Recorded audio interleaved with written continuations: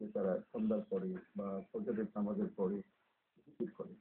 কিন্তু জিকির শব্দের অর্থ এটা নয় যে একটা উন্মাদনা পাগলের মতো হয়ে যাওয়া।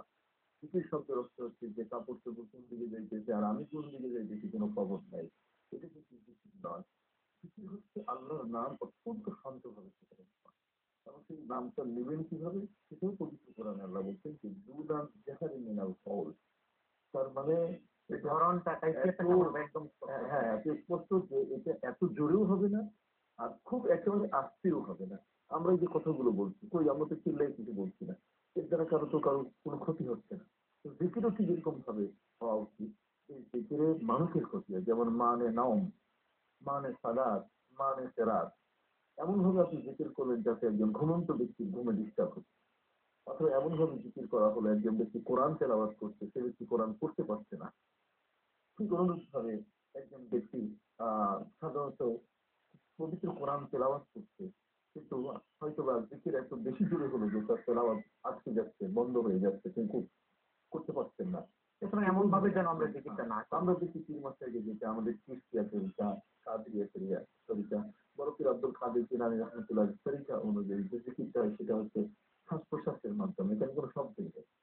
আর হযরত খাজা মঈনুদ্দিন চিশতি আজমিরি রহমতুল্লাহর পক্ষ থেকে যে জিকিরটা সেটা হলো লা ইলাহা, এটা স্পষ্ট আওয়াজে, তার মানে মৃদুগম্ভীর আওয়াজে। আর ইল্লাল্লাহ হচ্ছে মৃদুগম্ভীর আওয়াজে। তো এখানে স্পষ্ট এবং মৃদুগম্ভীর বলতে গেলে যেমন হায় ইল্লাল্লাহ, হায় ইল্লাল্লাহ, দুটোই উচ্চারিত, কিন্তু সেটা একটা হচ্ছে একটু আসছে, একটা হচ্ছে আরেকটু জোরে। এইটাতে কিন্তু খুব উন্মাদনা বলতে গেলে কিছু নেই। আচ্ছা, এই জিকিরের শব্দের ব্যবহার গুলো কেমন হওয়া উচিত? শুধু অনেক সময় আমরা দেখি শুধু ইল্লাল্লাহ অথবা এই ধরনের শব্দের ব্যবহার হয়। দেখুন শুধু ইল্লাল্লাহ ইল্লাল্লাহ জিকির করলে তার পূর্বে কি আছে এটা বোঝা মুশকিল। জিকির করতে হবে পুরাটা, পুরাটা, পুরাটা লা ইলাহা ইল্লাল্লাহ, লা ইলাহা ইল্লাল্লাহ পুরাটা, যেটি পবিত্র কোরআন মজিদে আল্লাহ তার নিজের নামের যে পরিচয়টা দিয়েছেন, আল্লাহু লা ইলাহা ইল্লাহু, শাহিদাল্লাহু আন্নাহু লা ইলাহা ইল্লাহু। হযরত নবী ইউনূস নেগেটিভ পজিটিভ দুটো থাকে। হযরত নবী ইউনূস আলাইহিস সালাম মাছের পেটে যখন তিনি ছিলেন তখন তিনি বলতেন লা ইলাহা ইল্লা আনতা, লা ইলাহা ইল্লা আনতা ইল্লাহু, অথবা হুয়াল্লাহুল্লাযী লা ইলাহা ইল্লাহু। এই লা ইলাহা ইল্লাহু এটা হচ্ছে আল্লাহর পরিচয়, অর্থাৎ তিনি ছাড়া আর কোনো মাবুদ নাই। জিকির আমরা এটাই করে থাকি, লা ইলাহা ইল্লাল্লাহ।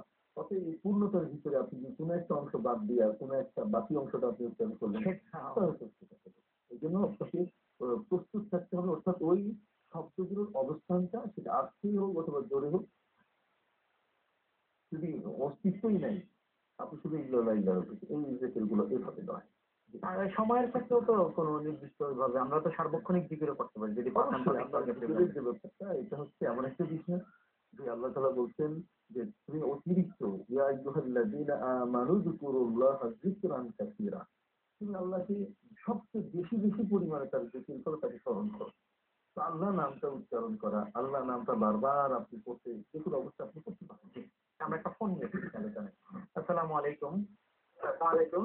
ওয়ালাইকুম আসসালাম। পরিচয় দিয়ে প্রশ্ন বলুন। আমি রুবেল আহমেদ, মঙ্গল মনিটর। জি। আপনাদের চ্যানেল আমি প্রতিদিন দেখছি, তবে আপনাদের ইসলামী অনুষ্ঠান ওই জিজ্ঞেস জবাব সেটাই দেখি, অনেকটা পোস্ট